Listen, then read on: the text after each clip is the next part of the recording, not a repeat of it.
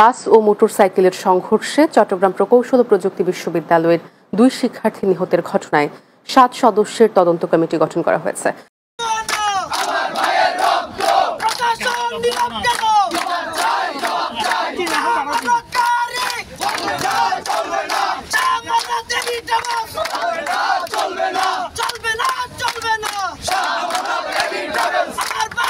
দুপুরে চট্টগ্রাম জেলা প্রশাসনের অতিরিক্ত জেলা ম্যাজিস্ট্রেট AKM গোলাম মোর্শেদ খানের নেতৃত্বে এই কমিটি গঠন করা হয়।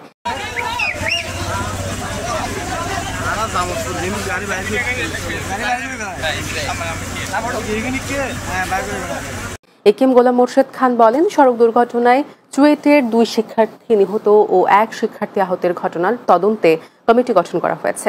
দ্রুত সময়ের মধ্যে তদন্ত প্রতিবেদন জমা দিতে বলা হয়েছে।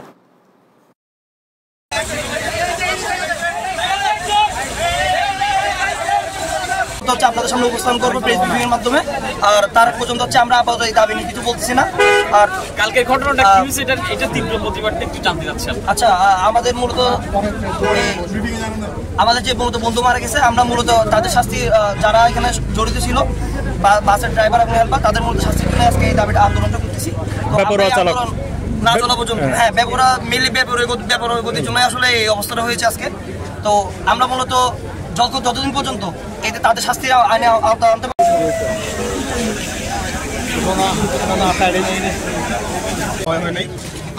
আমরা জিনিসগুলোকে ভালো মতন শুরু করব। আমাদের বাসগুলো ক্যাম্পাসে আসছে, আমাদের শিক্ষার্থীরা চট্টগ্রাম শহর থেকে ক্যাম্পাসে আসছে। তারপরে আমরা এখানে রাস্তা ব্লক করব। রাস্তা ব্লকের পরবর্তী দূরপাল্লার বাস ব্যতীত এবং অ্যাম্বুলেন্স এবং জরুরি যত প্রকার গাড়ি আছে তা ব্যতীত কোনো প্রকার বাস এই চুয়েট থেকে কাপ্তাই সড়কে চলবে না। কোনো প্রকার বাস শাহ আমানত, এবি ট্রাভেলস আজকে এবং অনির্দিষ্টকালের জন্য এই রুটে চলতে পারবে না। তারপরে আমাদের কিছু দাবি আছে, সেই দাবিগুলো নিয়ে আমরা দাঁড়াবো। আমরা প্রেস রিলিজে আসবো, তখন আপনাদের সাথে কথা হবে। আপাতত আমাদের ছেলেদের, আমরা শিক্ষার্থীরা এখানে একসাথে দাঁড়াইতেছি। আজকে আমাদের এই আন্দোলন, আমাদের এই সংগ্রাম অনির্দিষ্টকালের জন্য।